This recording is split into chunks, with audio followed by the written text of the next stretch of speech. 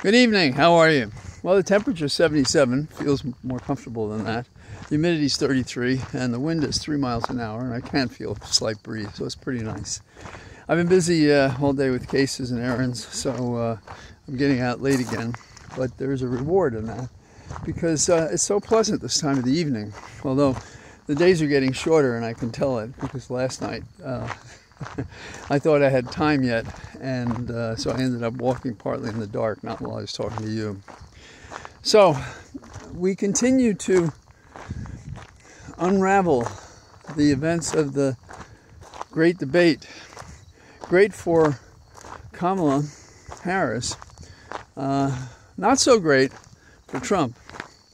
And so he's wandering again in the desert, trying to find an argument to get him, if not in top, in contention. And I think he's going to have trouble doing it.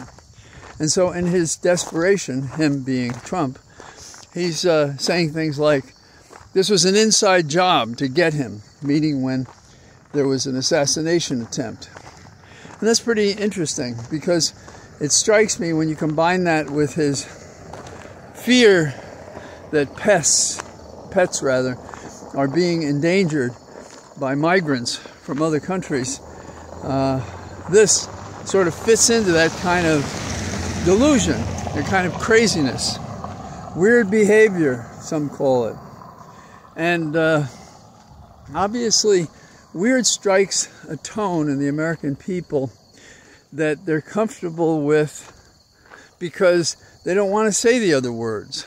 I don't know if there's a kind of conflict in the body politic to be critical, but not always to use the roughest words. In other words, there's a greater deportment and conduct by the people generally without regard to origin or education that is not to be found among Trump and his supporters. And that's a national crisis, but there it is. So when Trump is going around seriously pushing the fact that there was an inside job to get him, he's committing his own political suicide, it seems to me, because it's hard to believe that. And the drift of his words becomes so ephemeral that they exist in kind of a chaotic ramble, and the sting they have is almost always, I think, going to be from now until the election on Trump himself. Now, I applaud the SpaceX astronauts taking a walk in space. That's kind of exciting. I think Trump should go next. I have no trouble with him doing that. In fact, I have no trouble if they put him up at the International Space Station forever. The Republican Speaker of the House was asked what he thought about Trump's performance. And the Speaker walked away. He didn't even say one of those things that Republicans say that they don't believe. Oh, I don't know. I thought he did pretty good. Were you watching the same? He didn't say that, by the way. You might say to him, were you watching the same debate that everybody else was? It's now, meanwhile, we have Kamala out there like mad, working to get more votes. And she was in North Carolina today, trying to get the electoral votes. And I heard some people asking the question, if you go into, say, a county in a state that's important, and you can't win that county, why are you doing that? And to most of you, I suppose this is obvious, but let me just say it. It's math. If I increase, or I should say, if Kamala increases her support in one county, but still loses the county, that offsets what she gains elsewhere, so that the total of 2 or 3 or 5 or 7 counties can go for her. Now, the numbers may be in the thousands, not the hundreds of thousands, certainly not, and maybe not the millions, but you see that the strategy is to accumulate. Maybe they're undecided, maybe they haven't watched before, maybe they haven't felt the pain of Trump or thought about the pain of Trump or realized the fear they have going forward, or they saw the debate, all the things that are possible in someone making a decision. Now, for you and I in the Dirt Road Gang, I'm sorry, I chose that. Others have preferred the walk and talk gang. So we can put that up for a vote. We're more Democratic than Trump, certainly. So what she's doing when she goes back to Pennsylvania, and I don't know if she went there today, but she's going tomorrow. What she's doing is she's going to precincts where she thinks she can expand her vote, even if she's not going to win those precincts. And that offsets the loss, because the total in the state and the districts and so forth can give her a win. So I often, when I give speeches about how to try a case, I say it's simple math. It's addition and subtraction mostly, rarely division. And what I mean by that is one side adds evidence to make their cause, the other side tries to subtract evidence that they think hurts them and shouldn't be admitted to the judge or the jury. Like in a campaign, it's something similar. How do we win a state? Well, we get votes that we hadn't gotten in larger margins than we have in previous elections, and those become our path to victory. So that's what's going on, and will be going on probably every day unless something dramatic happens, like Trump dropping out of the race. Now, we don't have enough strangeness in this year's campaign. And when I say strange, I mean it's not predictable that we follow the course we would. But that's why people don't understand that life is an ongoing tale of suspense. And while we think we know where we want to be and what's going to happen and so forth, fortune makes a fool out of us. Because fortune dictates a result we didn't anticipate, didn't think would ever happen. So, what am I talking about? One example is in the Holy See, the Roman Catholic Pope is suggesting what he believes about the candidates. So, one way, he made a comment both about Kamala and about Trump. And he suggested that you may vote for Trump if you're upset with migrants seeking asylum. Now, is that really what he said? I mean, the Pope is from South America, he's a Jesuit and so forth. And I think what he's saying is, if you cast a vote for him, that's what you're for. And if you cast a vote for Kamala, then you're pro-abortion. And so, what is a good Roman Catholic to do?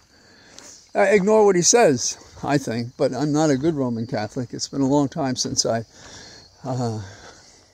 conformed, if you will, a very long time. And it's a combination of reason and emotion, and I don't need to go into that, but I don't think any organization can exist hypocritically and impose pain on people. I mean, the statement from Luke cursing lawyers, was that what are lawyers? Lawyers are people who place a burden on someone without lifting a finger to lighten the load. Well, I think you can say that about a lot of groups, and I think you can certainly say that about Trump. Trump will say anything that he thinks will help him win. So I think what we tell the Pope is mind your own business. You should, well, in the Bible it says, remove the dart from thine own eye before casting slanders against someone else. It's paraphrased, it's not exactly, it's certainly not the King James Version, but that is the sense of what is said in the Bible. Now, misery and slander brings out some of the best people.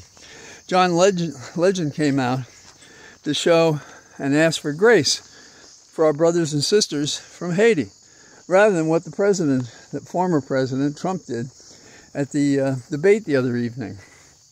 Many years ago, I had a classmate, and we were studying engineering together, and he was from Haiti. And he got married, and he invited me to come down to the wedding. And it's one of the few places on earth where I'm taller than everybody else. And I had a beard at the time, and when we went to his wedding, I saw that the license plate ahead of us going up this sandy, dirty mountain for the reception had #1 on it. And I joked, well, who is that? Papa Doc Duvalier? And it turned out it was. And he said with my totally red beard that I was Vercingetorix. So I was treated very kindly by a man who was considered a dictator. I have not written him love notes, and he's long gone. But in downtown Port-au-Prince, there is, there was a sign made out of those bulbs like you have in the old movie houses, and it said Duvalier, Président à vie, President for life. Where have we heard that? Well, the people suffer terribly, and in Haiti, it's interesting because the lighter the skin, more likely that you had French blood, and so there's an informal and formal aristocracy on the island.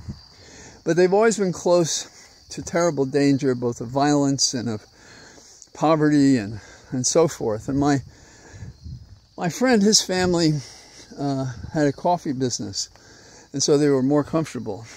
And this was a long time, and at that time, peace reigned supreme, and you could go in the streets and bargain with somebody to buy, you know, whatever you wanted, a jacket, an artistic creation. So when John Legend says, please appreciate with grace what our brothers and sisters from Haiti are suffering, he's saying something that should be respected and considered. But what? Do they think him a fool? Do they think him a fool for caring for others? And I think, depending on the musician, it's one of those arts that an artist suffers such that they learn, not everyone, but many learn compassion for others. And it becomes the working material in them that they bring to some of the characters they play. So anyhow, enough of that. Finally, if we do go forward in this country as planned, and the talk about the environment is as serious as it's strongly stated, then we should be considering what Fuji and Samoa are saying. They're asking that there be a crime of ecocide, which is against the environment, that companies and nations should be subject to criminal prosecution for what they've done to destroy and compromise the environment. I would think, you know, South America, the lungs of the earth, being compromised by clearing all of those trees and releasing all that carbon dioxide into the air, compromising not just South America, but the entire earth. They referred to those areas as the lungs of the earth. And so, who are the top suspects that would be exposed to charges of ecocides? It's almost a thing that if you were a young lawyer, it would be good to get involved in this, because what could be more important than the survival of the planet and the people on it, and having a mutual respect to fight for what could be the uninhabitability of the earth if we don't do something. But the top offenders are right up there: China, Russia, India, and the United States. And, you know, we go down the list, and these countries are in the best position, perhaps to do something, and they're not enough, and they may not do enough. What you see about politicians, including the ones we love and believe in, is that they do enough to get a soundbite, to do a press release, but the sustained hard work, which causes compromise and suffering to the wealthy class, whether Republican or Democrat, is too high a price politically to pay. And that's a shame and a disgrace, but it is true. So, as I walk this evening, I'm thinking about where we're going, and I think that it's fair to say, on a day-to-day basis, we are headed toward the election of Kamala Harris and Tim Walz. And hopefully the humiliation and reckoning for Trump that has been so long evaded and ignored. We had the Attorney General of the United States make a speech just yesterday, I believe, saying how proud he was of the Justice Department. Well, I'm not proud of the Justice Department. Come on. The Justice Department dragged its claws across the ground doing nothing for at least 2 years, and then has been doing a half-hearted fight, probably compromising when all the information is known, probably compromising the special counsel, Smith. So we are the victims of a government that doesn't do its job, and that's not acceptable. But we know our job, and we know that Kamala is stating loud and clear what we're going to do. We're going to fight from now to the day of the election, and when we fight, we win. So I say good evening to the Dirt Road gang, and I hope to talk to you tomorrow. All the best. Bye-bye.